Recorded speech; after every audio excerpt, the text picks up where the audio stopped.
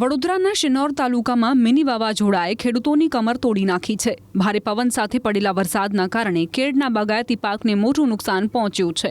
પાક લણણીના આરે હતો ત્યારે જ કુદરતી આફતે ખેડૂતોની મહેનત પર પાણી ફેરવી દીધું। 3 દિવસ પહેલા શિનોર તાલુકામાં ભારે પવન સાથે અંદાજે 3.5 ઇંચ જેટલો વરસાદ ખાબક્યો હતો।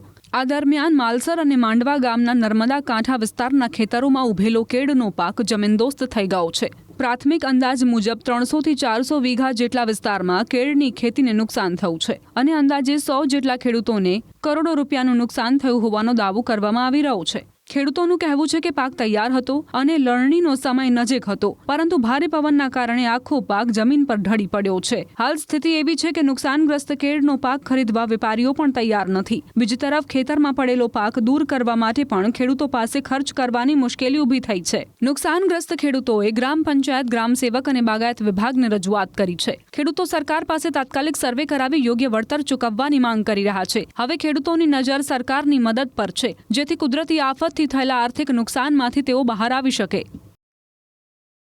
માલસર ને માંડવા બે ગામોમાં થઈને 400-500 વીઘાનું વાવેતર કેળનું હતું, જે 2 દિવસ પહેલાં જે મિની વાવાઝોડું રૂપે આવ્યું કુદરતી આફત, એ અમારી પથારી ફેરવી નાખી છે। અમારા કેળાના થળિયા નષ્ટ કરી નાખ્યો છે। અત્યારે એવી પોઝિશન છે કે થળિયા કાઢવાના અમારી પાસે પૈસા નથી ને કેળોમાંથી હવે 2 રૂપિયા આવે અને નાના છોકરાની જેમ ઉછેરીને મોટું કરેલું ને આજે સૂઈ ગયું છે। અમને હુડાઈ દીધા છે। વાવાઝોડું તો કેળોના થળિયાને પાડ્યા પણ અમને અત્યારે ઊંઘાડી દીધા છે। 500 રૂપિયાનો નંગ છે જે આમના હાથમાં છે તે બરાબર। આ લૂમને બહાર કાઢવાની મજૂરી પણ અમારી પાસે નથી। સરકારશ્રીને મારી વિનંતી છે કે ખાસ માંડવામાં જ આ વાવાઝોડું ખાલી માત્ર માલસર ને માંડવામાં જ છે, બીજે કશે આ વાવાઝોડું છે જ નથી।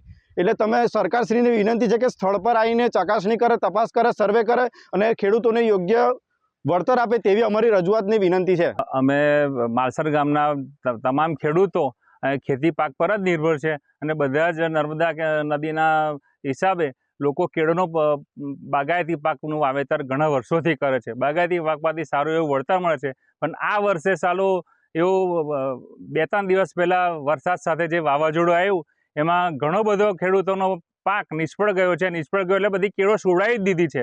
અત્યારે જે કેળો પડેલી છે એમાં એ બહાર કાઢવાના બી ખેડૂતો પાસે પૈસા નથી। તો સરકારશ્રીને મારી નમ્ર વિનંતી છે કે આ ખેતરોનો સર્વે કરાવે અને ખેડૂતોને યોગ્ય વળતર આપે એવી સરકારશ્રીને મારી નમ્ર વિનંતી છે।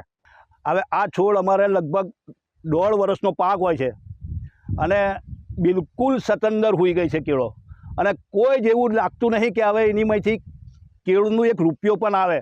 અને એટલી બધી હુકાઈ ગઈ છે, પડી ગઈ છે કેળો, કે એને કાઢવાના પૈસા બી હવે ખેડૂતો પાસે નથી।